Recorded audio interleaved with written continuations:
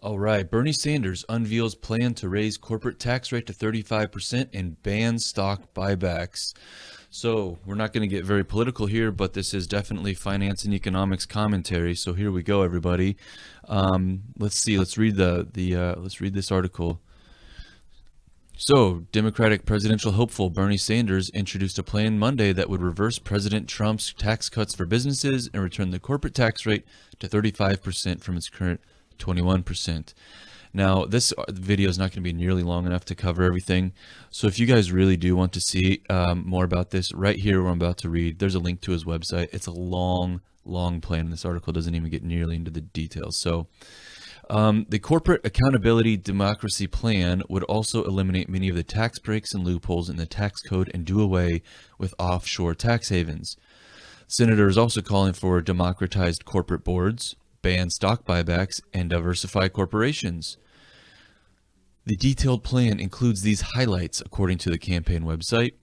Nearly half the board of directors in any large corporation with at least $100 million in annual revenue or $100 million in balance sheets in total, and publicly traded companies, would be directly elected by the firm's workers. They would be required to consider the interests of all the stakeholders in a company, including workers, customers, shareholders, and the communities in which the corporation operates. Large-scale stock buybacks would be treated like stock manipulation and repealed, this SEC rule that allows it. Rules would be developed to diversify corporate boards, ensuring significant portion of every board be comprised of people from historically underrepresented groups, and they would require every corporation to, quote, complete an annual report that gives compensation, gender, and racial composition of board and its employees. Finally, the plan will give workers a, quote, ownership stake in the companies they work for, break up corrupt corporate mergers and monopolies, and finally, make corporations pay their fair share. There's a lot more going on to this. Finally, it just says that Sanders says he's not the same as Elizabeth Warren. So, Chelsea, you were really waiting for this one, so I'll let you kind of start this one off and give us an insight of what's your opinion? I'm not going to get political, for sure on this one. The main takeaway that I had on this article and like his whole plan in general was the company giving shares to their employees. Because when you have shares given to employees, it's not a public company anymore. It's an employee-owned company. Even though at the max of 20%, it's still going to be somewhat of an employee-owned company. So why do you not like an employee-owned company? I don't not like an employee-owned company. However, as a new employee comes on and then gets vested with that employee or with that company, that employee gets invested with that company and they get more shares, you're diluting the shares of existing owners. So you're having essentially dilution of each share that each other owner owns. Isn't a publicly traded company owned by the shareholders to begin with? True, but the owners of the company aren't required of a public company to give employees shares. Well, that's what the law would do. So why are you against that? Because as new employees come on, if I work for a company and I've been there for 15 years and I've worked my way and I have so much in my stock account with this company, and they say, oh, well, we're expanding and we're hiring a whole new wave of people, and in 3 years they'll be vested to start getting new shares. Yeah. My shares are going to be diluted. The value of my shares as more people get hired on goes down. Okay. So at the end of the day, the more people that are hired on, the more shares that are given to everybody. But it's only dilution if they issue more shares. Well, that's what they would do, though. Are you sure? Generally not. Generally, when you open up a company, they have what they call treasury shares. So they have a set number of shares that they can take off the books to issue, like profit sharing and things like that. It's only when they go back and issue to the board of directors and issue new shares that it dilutes it. Not always would it dilute it. the real problem with the whole thing, because when they talk about stock buybacks, historically, when a company buys back stock, it's generally at the very top of the market, not when it's a good buy. So normally, when a company buys back stock, it's not that we should follow what they're doing, because they generally do it at the very worst time to buy back stock. The issue about increasing the taxes is, at the end of the day, taxes are just passed on to the average person. So you can raise taxes to the corporation turns around and passes it on to the consumer. So we can raise taxes across the board, and the consumers are just going to pick up the pieces. I don't actually.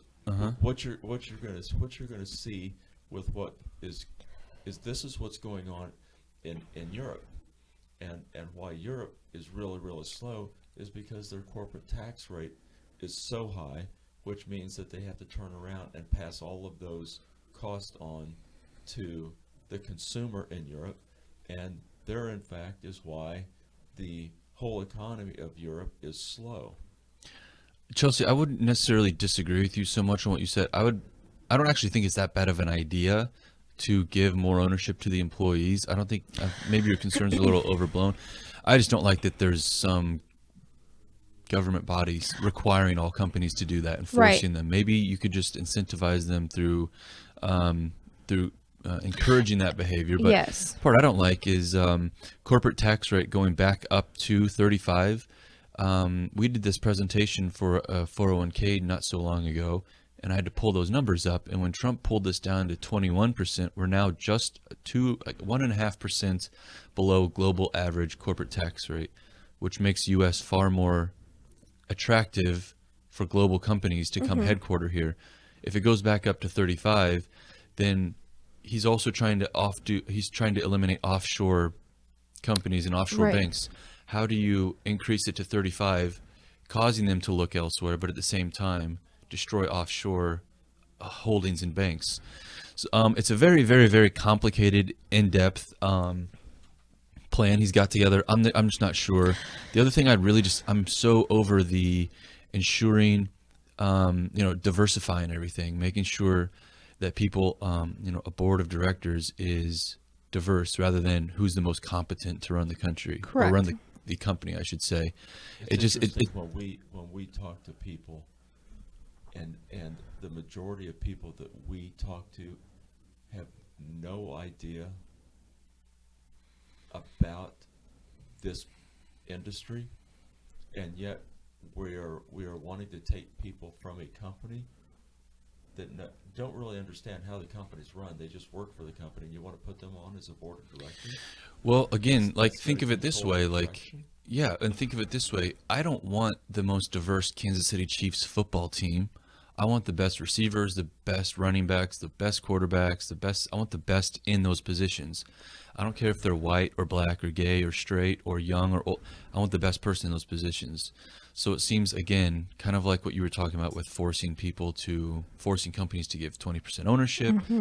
I just don't like the idea of the government coming in and blanket saying everybody's required. So it seems like his heart is in the right place, but down the road, I don't know. His heart is in the right place, and at the end of the day, I'm not going to disagree that there are really greedy, horrible people out there that run big companies that take advantage of everything.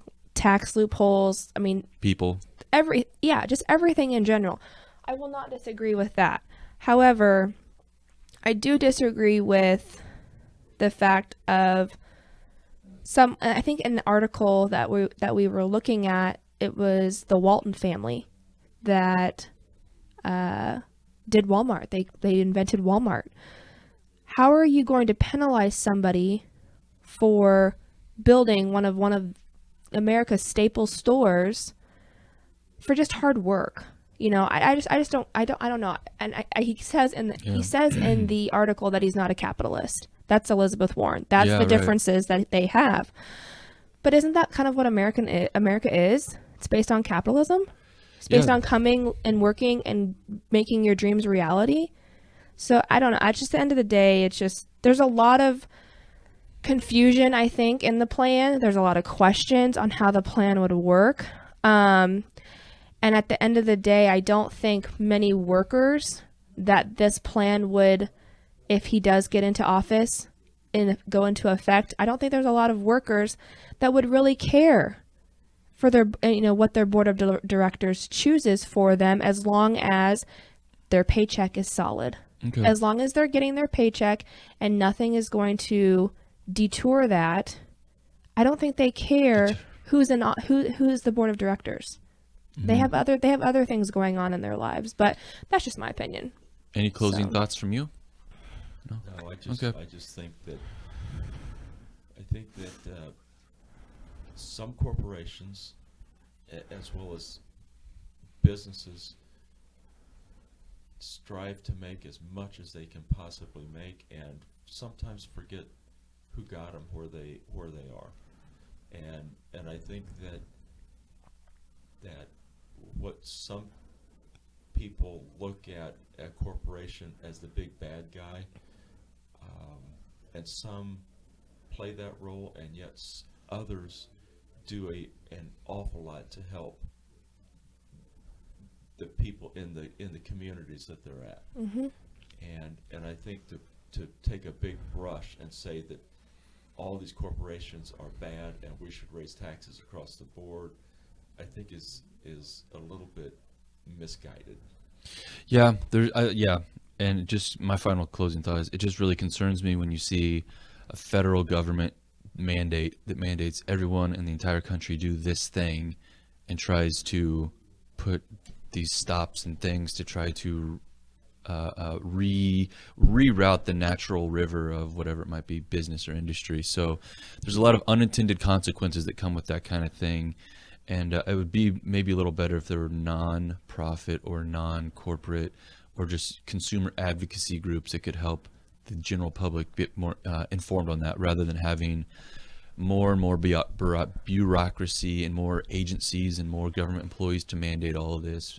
It just, again, the intention, I think I agree with the intention that, but I just think it's not going to play out like he hopes. Again, like you guys said, he's an admitted socialist. He says he's a democratic socialist, but that just is a slow-mo version of a true socialist, and we've seen how those ideas work out. So 35% then become 40%, which becomes Right, 45, a slippery slope. which becomes 50, and then you get into the Venezuela issue. Yeah, what if 35 isn't good enough? Well, then we need to go to 40.